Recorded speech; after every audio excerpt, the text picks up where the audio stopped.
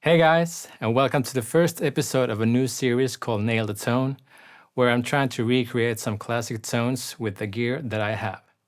And last week I did a cover of Where the Streets Have No Name by U2, so today we're gonna have a look at how I created that tone by The Edge. So let's dive in and start with the guitars. Actually, let's start with the pick, because that plays a big part of the sound. And The Edge used a Herden pick made in Germany that has got that grip on it, and he actually plays it sideways so that the grip part touches the string. And this makes a big difference to the sound. Unfortunately, I don't have that pick, so I just used my regular Jazz 3 by Dunlop. Now let's move on with the guitar. The Edge used the Strat on this track, so for the cover I used my Performer Strat that you may have seen in my other videos. And I used it in the single coil mode with this push-pull pod, and then the mic switch in the bridge middle position. And this also plays a big part to the sound and can only be achieved with a Strat type guitar. Next up we have the amp, and for that let's jump into Pro Tools. So let's move on with the amp. I believe the Edge used the AC30 by Vox, because that has been his main amp for all these years. So for this cover I chose this Amped VX30 plugin by ML Sound Lab, which is based on the AC30. And after that I have an IR loader, which is impulse response. And I'm not even going to try to explain what an impulse response is. You can Google that for yourself. But in guitar terms, it's basically a selection of different cabinets recorded with different mics at different positions. For this song, I chose the VX30 IR pack, also by ML Sound Lab. And by the way, this is not sponsored by ML Sound Lab. It's just a great company that makes great products. Anyway, here's how that sounds.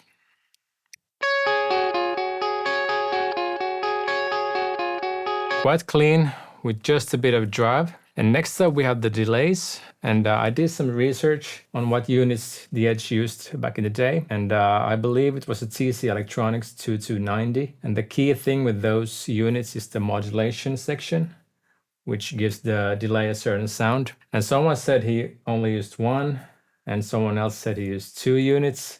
So who knows, I can't confirm that. But for this cover I used 2, and this first one is a Delay 3000 by Nambrini, which is based on a old Roland SDE 3000 delay unit, which also had the modulation.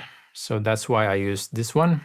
But basically you can use any delay you want. The main thing is this right here, which is a dotted 8th note with 3 to 4 repeats and the mix up to 50%, 55%. And then I added some grit, which is like some saturation to make it cut through a little bit better. Here's how that sounds.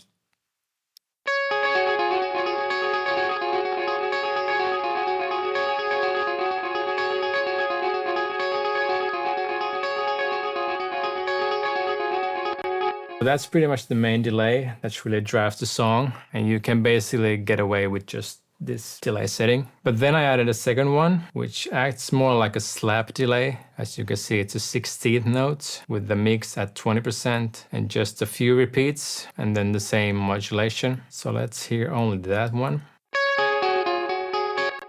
So you can really hear the slap on this one, and it's really subtle. You can really hear it in the mix, but together with the other delay, it sounds like this.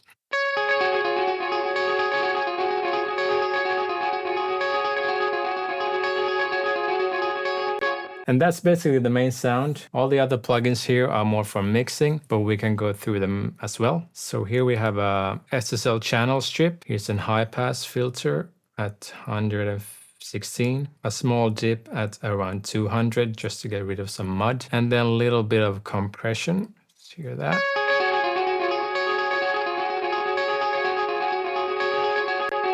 Only about 3 dB of gain reduction here. After that, we have another compression, an 1176 style compressor, and this is doing a bit more, just to add some consistency to the sound. Let's hear that. About 3 to 4 dB of gain reduction. And last, we have just a basic EQ to cut some harsh frequencies here. And for the effects, I'll send that signal to a hall, which is this right here, RC48 by Softube or Native Instruments. And here's how that sounds. Here's dry.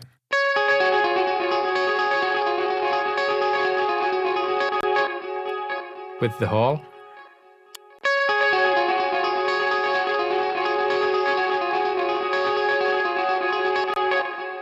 Feels a little bit more space. And then I added a tiny bit of plate reverb as well, which is actually panned to the other side just to give some more width. And for this, I used the Super Plate by Soundtoys, a 2-second plate with some modulation and pre-delay. Then I cut some lows and highs to make it more subtle in the background. And with the hall, here's how it sounds.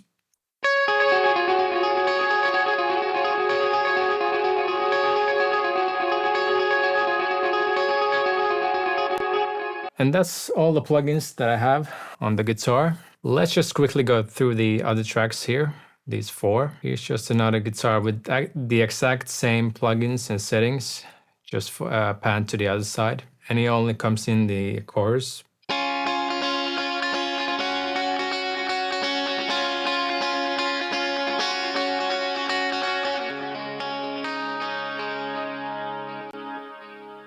And with the other guitar.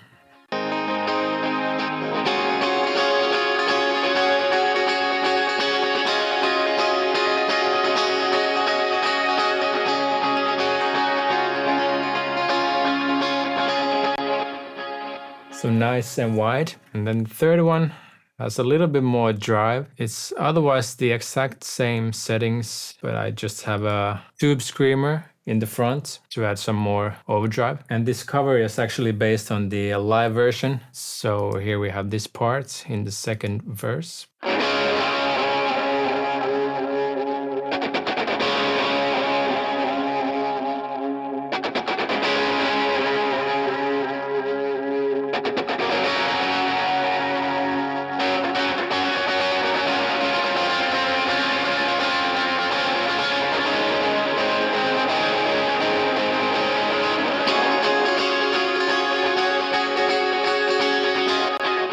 And back to the clean guitar. And then finally, I added a scratch guitar in the background just to fill the space a little bit more. Here's how that sounds.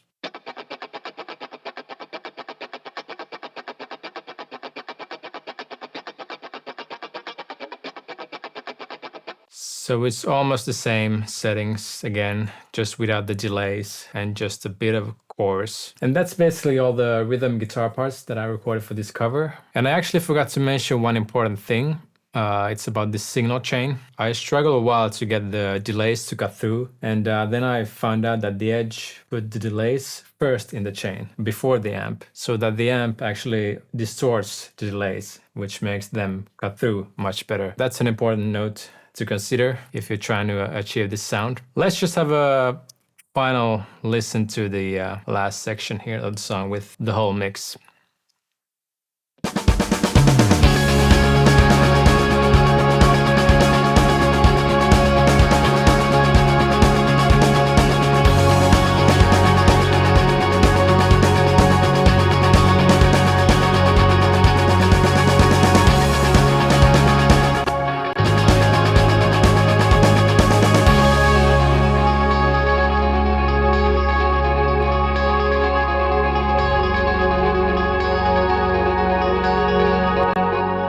And lastly, this whole mix goes through my mix bus, which contains a SSL style bus compressor, and then a Pultec style EQ with some boosted highs, nothing else, and then a tape plugin to emulate the tape sound, and then finally my mastering plugin, the Ozone 9, with some more added highs, but nothing crazy.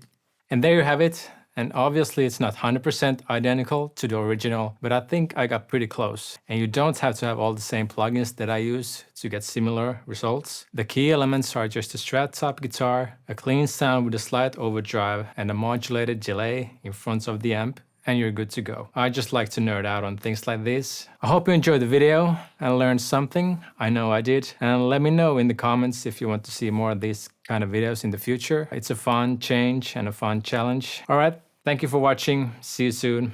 Hej då.